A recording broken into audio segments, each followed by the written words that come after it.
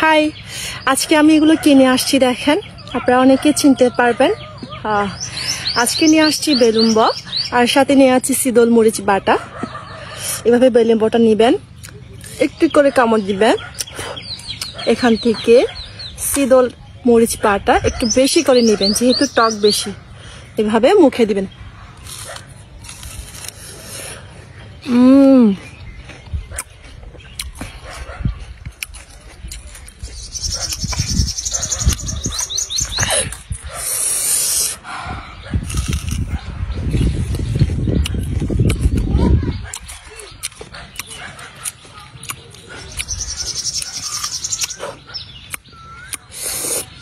এগুলো তো টক বেশি।